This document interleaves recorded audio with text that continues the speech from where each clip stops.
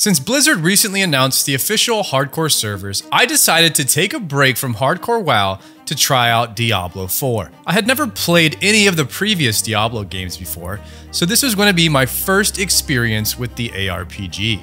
And for the first 2 weeks of the Diablo launch, I found myself having way more fun than I expected. As soon as I got off work, I found myself rushing home to hop online and play with my friends so we could take down Lilith, get Bisque gear, and run nightmare dungeons. This feeling is something that I rarely get anymore when I play a video game, and it brings back the memories of when I used to rush home from school, fling my backpack on the bed, and boot up my computer so I could play vanilla WoW. For starters, the Diablo 4 campaign is phenomenal. It had me hooked the entire time. I genuinely wanted to stop Lilith from destroying my new home sanctuary. The NPC friends that we pick up along the way to help us with our quest had amazing backstories that all suffer some intense losses at the hands of Lilith, and you genuinely feel like you're not alone on this journey. You even get some help from one of the prime evils who was previously entombed in a soulstone, and even though I didn't know who this prime evil was because I didn't play any of the previous Diablos, I was still able to follow along with the story. Once you get to the end of the storyline, you get to witness one of the coolest cutscenes of all time. The battle for hell, Inaris versus Lilith, was absolutely insane.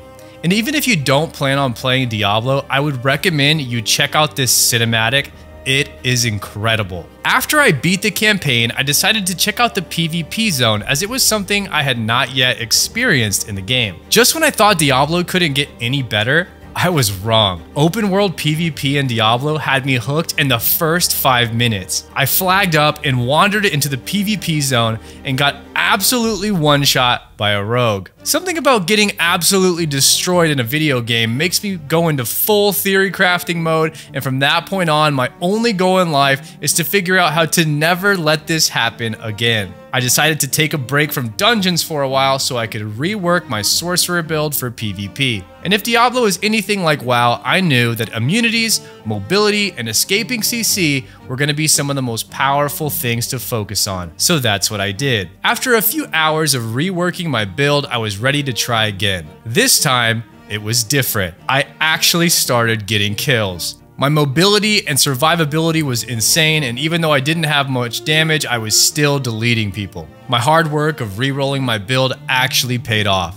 I was having so much fun with PvP that I didn't step into a dungeon for almost 3 days. When I finally decided to go back into a dungeon with my friends, I made a hybrid playstyle build so that I could enjoy going back and forth between PvP and PvE. I even decided to make a guide in case others were looking to do the same, and I'll link that in the description for you. The idea of being able to shred NPCs in dungeons and then go right back into the PvP zone and destroy players in PvP whenever I wanted was incredibly satisfying. I got so good in PvP that I was able to unlock the title Hatred's Chosen. This happens when you kill about 10 to 20 players in a row without dying, and then you become a boss mob icon in the zone, and you have to live for 5 minutes with everyone in the zone knowing your location at all times. I was even trying to make PvP harder on myself by taking on groups of 2 to 3 players at a time, and once I even did a 1 versus 4. Sorcerer is insanely strong and fun in PvP. Whenever I saw that another PvP player in the zone was popping off getting 5 or 6 kills in a row, I would try to find them and then challenge them to a duel. I wanted to know how to counter good players when I faced them in the open world. By doing this, I met a really good friend who ended up inviting me to his guild, and then we would chat on Discord and theorycraft about PvP. Me and him are actually still friends, and we run dungeons together now almost every day.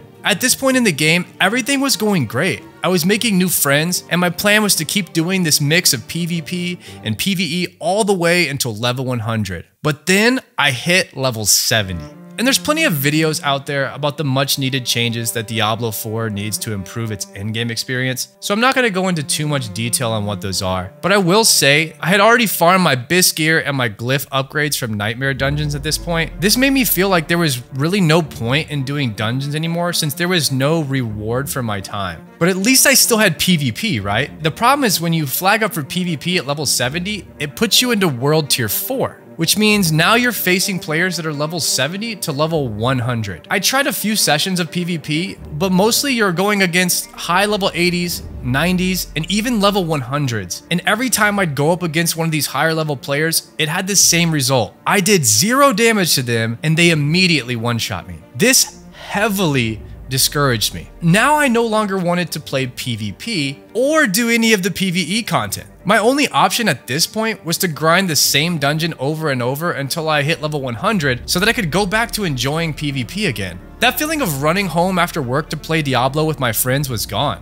And for a few days, I didn't even log into the game. I thought about maybe going back and playing some hardcore classic WoW or even trying out the new retail expansion. But I knew that nothing was going to bring back this feeling of excitement that I got from level 1 to 69 of playing Diablo 4. After taking a break for a few days, I decided to log back in and casually start grinding to level 100. And in the midst of my depression, my friend Zing messaged me this: "Hey, what's the best way to farm Bisque gear?"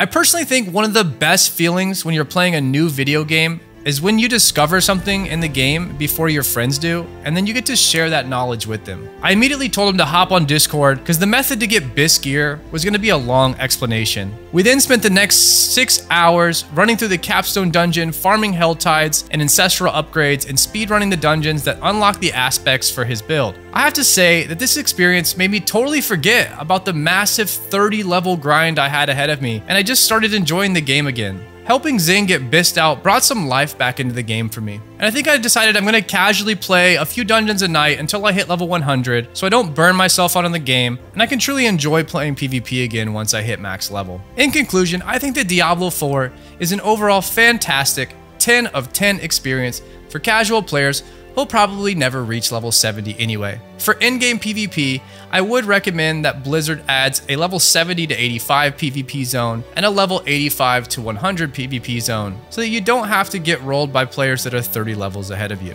For in-game PvE, I would recommend that they offer more XP bonuses and better gear in higher level nightmare dungeons, as there's currently no reward for doing them. With these simple changes, I truly believe it will bring some much needed joy to the in-game experience of Diablo 4. That's it for my Diablo 4 experience thus far. I hope to see you in the PvP zone at level 100, and if you enjoyed this video, please click the subscribe button. I'll see you next time.